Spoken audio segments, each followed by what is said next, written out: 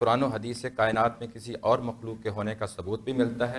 اور کیا کہیں اور بھی انبیاء کا سلسلہ اس طرح اللہ نے چلایا ہوگا؟ اللہ تعالیٰ نے جو چند باتیں بتائی ہیں ان میں ایک تو ہر آدمی کو معلوم ہے کہ ویسے تو بے شمار مخلوقات ہیں.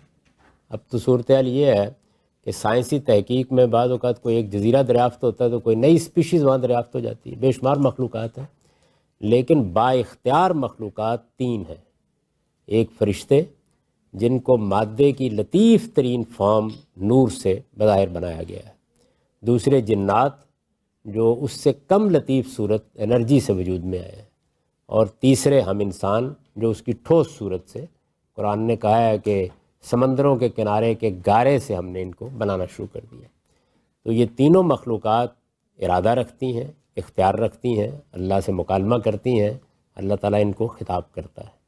ایک تو قرآن مجید نے ہمیں یہ بتا دیا ہے، تینوں مخلوقات کا تعارف کرا دیا ہے اور تینوں کے بارے میں ضروری معلومات دے دی ہیں. وہ معلومات بھی معلومات دینے کے لیے نہیں دی گئیں، بلکہ کسی مذہبی حقیقت کی وضاحت کے لیے بتانا پڑا ہے تو اللہ تعالیٰ نے بتا دیا ہے. قرآن مجید اصلاً اسی چیز کو ٹارگٹ کرتا ہے کہ وہ اپنا میسج پہنچائے.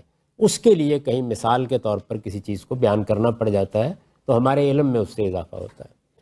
اس کے ساتھ اللہ تعالیٰ نے یہ بتایا کہ یہ جو کائنات آپ کو نظر آ رہی ہے، یہ ساری کائنات، پہلے ہم اس کو آنکھ سے دیکھتے تھے، اب ہماری دوربینوں کے ذریعے سے ہمیں معلوم ہوا ہے کہ اس میں اربوں کی تعداد میں کہکشانیں ہیں، اور ان کہکشانوں کے اندر پھر کتنی گلیکسیز ہیں، اور ان گلیکسیز کے اندر کتنے نظام ہائے شمسی ہیں.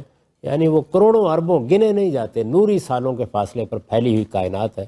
یعنی اس کو ماپنے کے لیے بھی ہمارے پیمانے ختم ہو گئے اور اب ہم لائٹ ایئر سے ان کو ماپتے ہیں.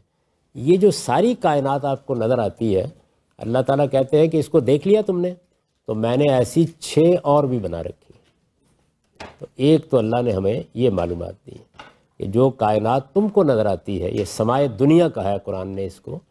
یہ جو کائنات تم دیکھتے ہو، جو تمہاری دوربینیں دیکھتی ہیں، جو تمہاری سائنس دیکھتی ہے، جس کے اندر تم رہتے ہو، اسی طرح کی 6 اور بھی ہیں.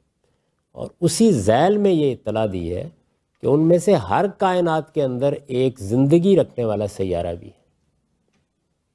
ان میں سے ہر کائنات کے اندر. تو اتنی معلومات تو قرآن مجید نے دے دی ہیں. اور اس کے ساتھ ہی یہ بتا دیا ہے کہ جانتے ہو قیامت کیا ہے؟ یہ سارا قیامت کا ملبہ ہے جو اوپر بکھرا پڑا ہے، اسی کو اکٹھا کر کے ہم نئے زمین و آسمان بنا دیں. یوم تبدل الارض غیر الارض والسماوات. تو اسی لیے ان میں کہیں زندگی نظر نہیں آتی.